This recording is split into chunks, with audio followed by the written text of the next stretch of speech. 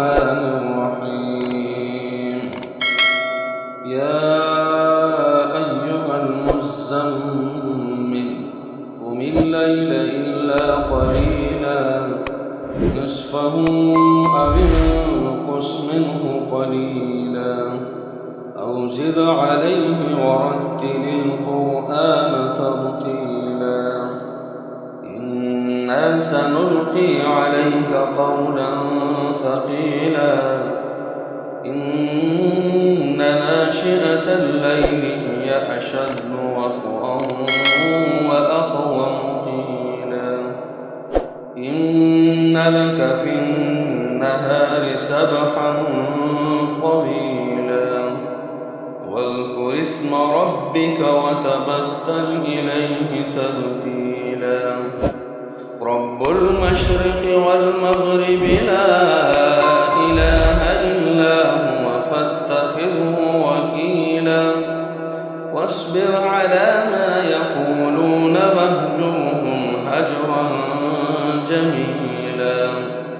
وذرني والمكذبين أولي النعمة ومهلهم قليلا إن لدينا أنكالا وجحيما وطعاما ذا غصة وعذابا أليما يوم ترجف الأرض والجبال وكانت الجبال كثيبا مهيلا إنا أرسلنا إليكم رسولا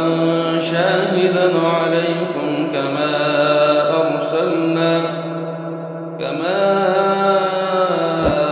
أرسلنا إلى فرعون رسولا فعصى فرعون الرسول فأخذناه أخذا وبيلا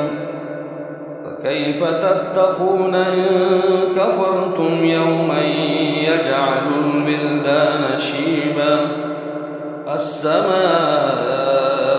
منفطر به كان وعده مفعولا إن هذه تذكرة فمن شاء اتخذ إلى ربه سبيلا إن ربك يعلم أنك تقوم أدنى من ثلثي الليل ونصفه وثلثه وطائفة من الذين معك والله يقدر الليل والنهار علم أن لن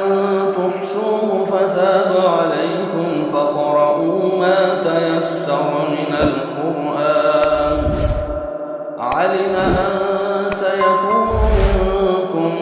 مرضى وآخرون يضربون في الأرض يبتغون من فضل الله وآخرون يقاتلون في سبيل الله فاقرؤوا ما تيسر منه وأقيموا الصلاة وآتوا الزكاة وأقرضوا الله قرضا حسنا وما تقدموا لأنفسكم من خير تجدوه عند الله هو خيرا وأعظم أجرا واستغفروا الله إن الله غفور رحيم